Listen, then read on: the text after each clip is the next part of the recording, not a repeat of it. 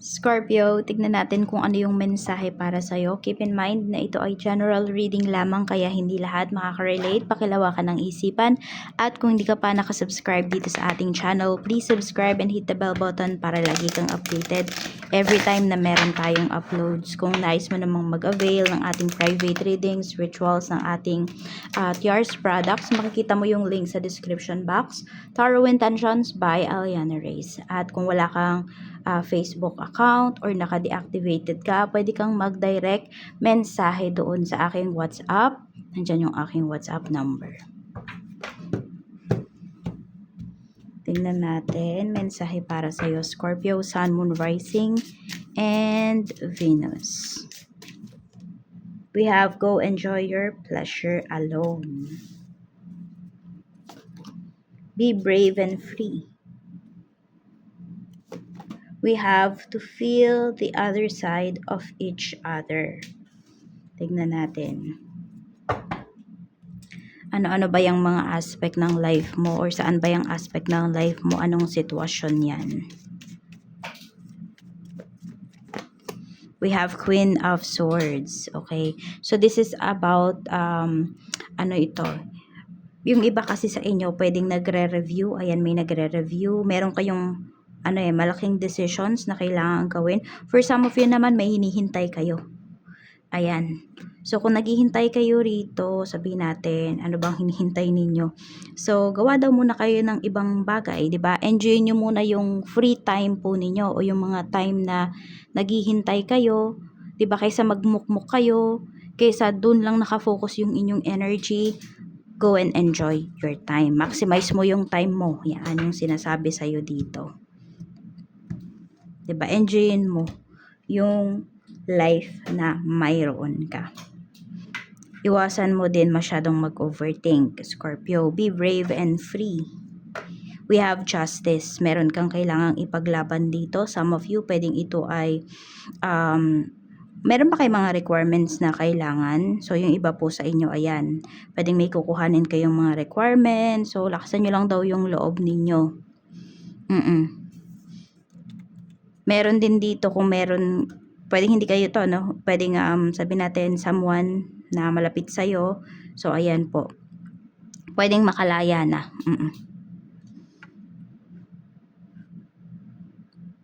Kung meron kayong mga kailangang ayusin dito, ayusin nyo na po. Huwag kayong matakot. Kasi kayo din naman yung magbe-benefit dyan. We have 9 of Cups. So, marami din naman po sa inyo na happy naman kayo sa mga nangyayari sa life ninyo ngayon. And nakikita ko kasi dito na madami talaga kayong natutunan pagdating sa mga hindi magandang nangyari sa life nyo, sa mga magagandang nangyayari sa life ninyo. So, appreciated mo yung mga bagay na yon. Yun yung nakikita ko sa'yo dito, Scorpio. Appreciated mo siya dahil nasasabi mo na hindi ka makakarating sa kung nasaan ka ngayon kung hindi mo na-experience yung mga bagay-bagay na yon. So, marami sa inyo kaya ganito yung pag-iisip ninyo. Hindi lang dahil na-appreciate ninyo, pero kasi mas okay kayo ngayon. Okay, yung kalagayan ninyo ngayon, nasa maayos po kayo. Kaya nasasabi niyo to. Kaya very positive din yung mind ninyo. Emosyon mo, kamusta? Kamusta naman po ang emosyon, spirit guide? We have Queen of Pentacles. So, ayan po, ano? There is sense of security. Wala kayo masyadong pangamba ngayon eh.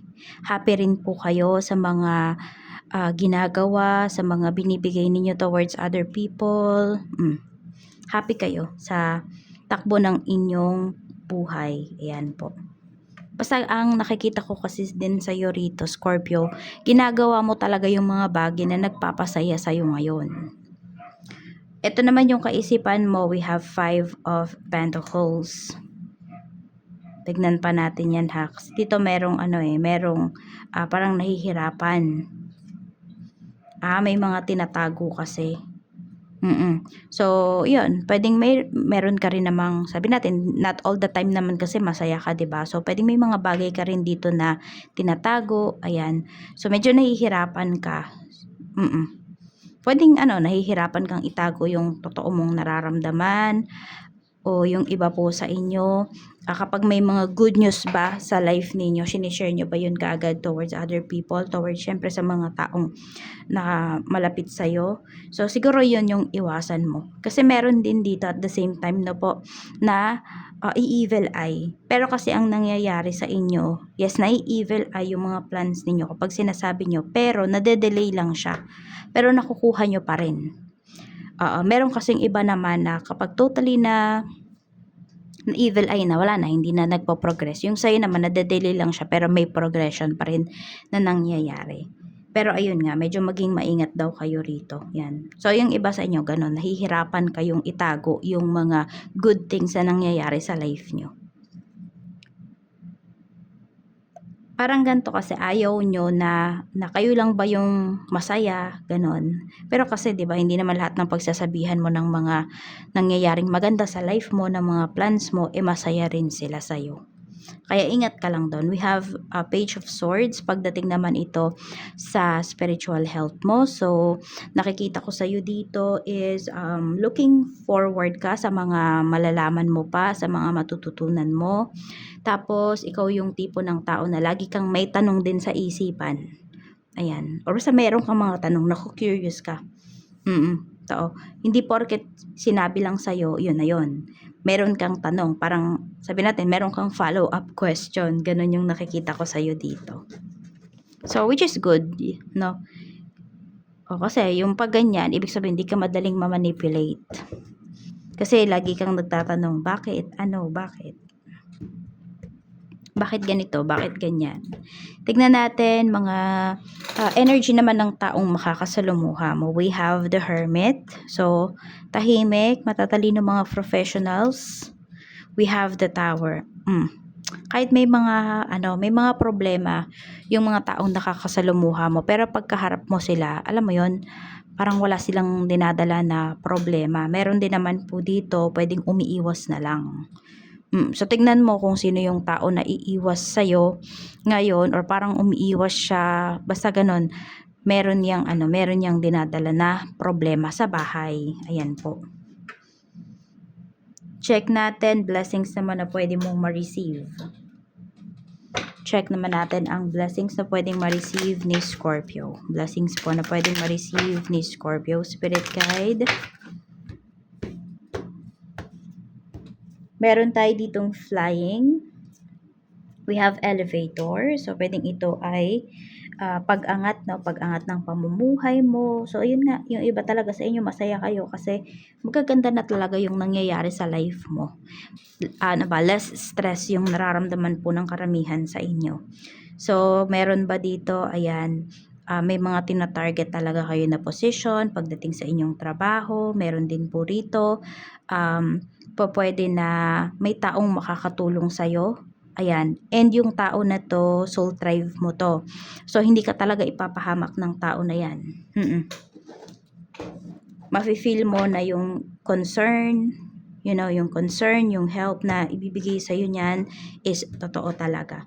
So, ayun po, no, meron ka pwedeng maging mentor dito, Scorpio. Meron din naman po na matutulungan ka talaga niya. Siguro hindi 100% yung tulong na ibibigay sa'yo ng tao na to. Pero alam mo yun, magkakaroon ka ng idea. Okay na yon. So, be thankful, 'di ba? Pag may mga tao na nagbibigay sa inyo ng idea.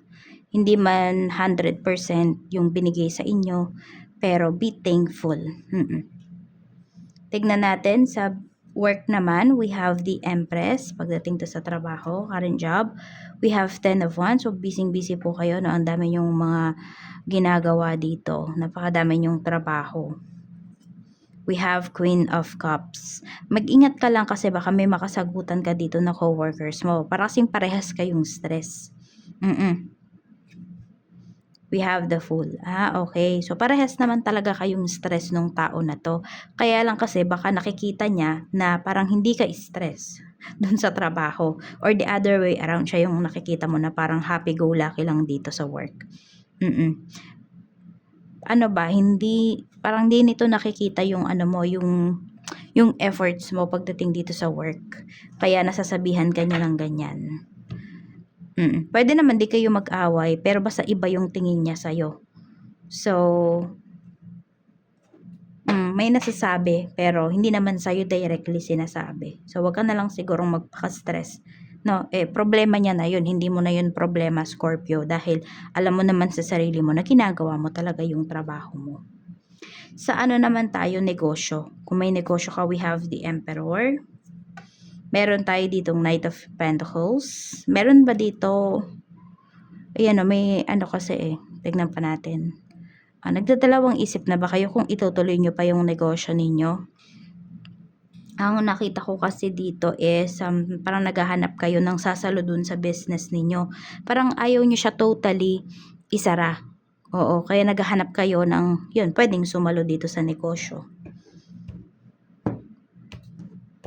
Hindi dahil nalulugi Kung hindi po pwedeng meron kayong iba pang iba pa kayong pinagkakakitaan, may other plans yung iba sa inyo, hindi nyo tumaasikaso.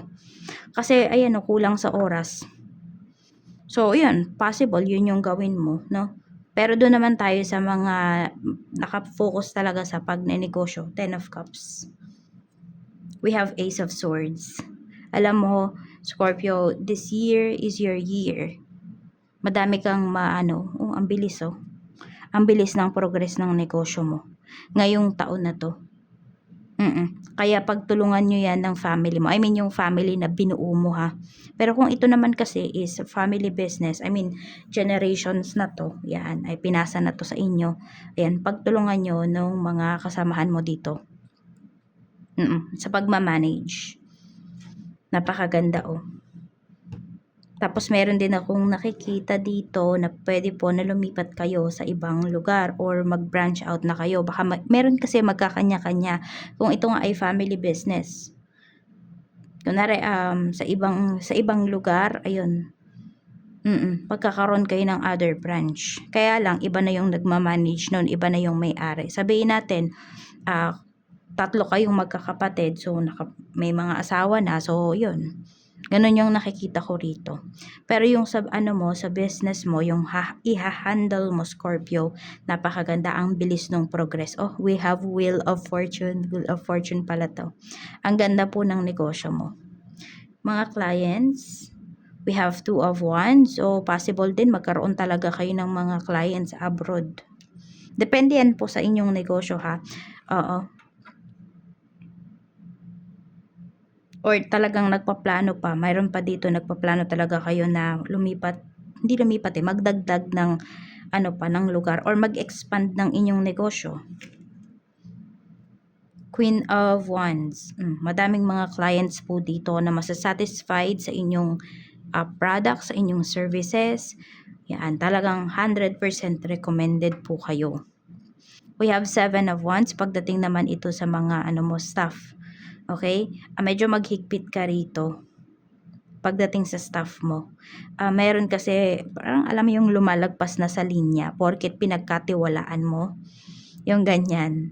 Kaya mag-iingat ka rin ha. Huwag mong i-share yung mga, sabihin natin, kung meron mang sikreto yung business mo, 'di ba, kung paano mo, ano yung strategy mo, huwag mong papaalam dito sa staff mo.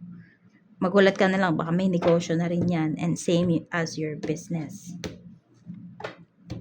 Sa kaperahan, we have the High Priestess. Magaling talaga kayong mag-manifest. We have 3 of Cups. Meron ba kayong pinaghahandaan dito na celebration? We have 3 of Pentacles. And also kasi itong celebration na to, magagamit mo to para kumita ka ng pera. Scorpio, Ayan, alam mo yung walang masasayang na oras para sa inyo. Ganyan yung nakikita ko. Kaya kung meron kang negosyo, ayan, pwede mong i-promote dito yung negosyo mo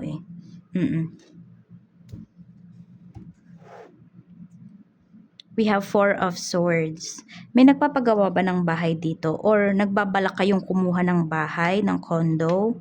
Ganyan. Tignan natin. Okay. So, aksyonan nyo na daw to kung yun yung gusto po ninyo. Simulan nyo na ngayong ano na to. Pwede ngayong March, ngayong araw. Kung may may makita kayo ngayong taon. Makukuha nyo po yan. Kaya ingat lang din talaga kayo pagdating sa inyong kaperahan ha. Ayan. Maging wise po talaga kayo sa pagse-save at kung paano nyo papapalaguin yung inyong pera.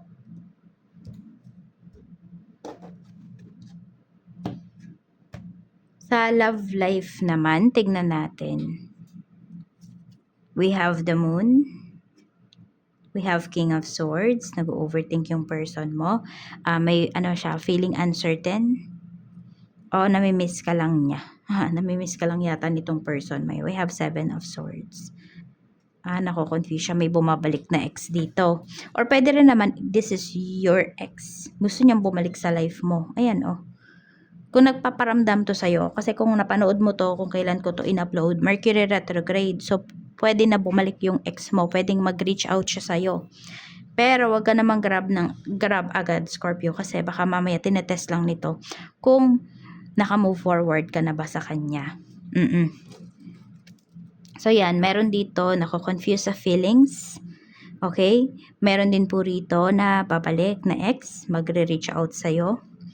Pero tingnan mo ha, kasi merong mga nagkakabalikan ng Mercury retrograde na pang forever na. Meron din naman after Mercury retrograde, naghihiwalay rin.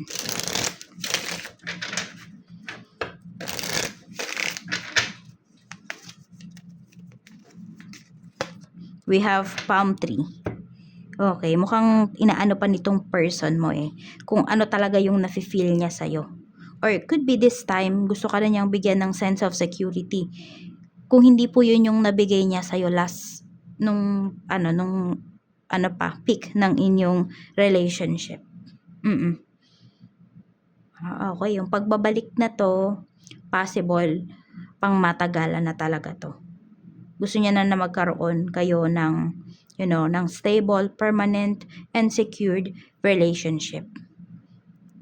Yan ang pinapakita dito, Scorpio.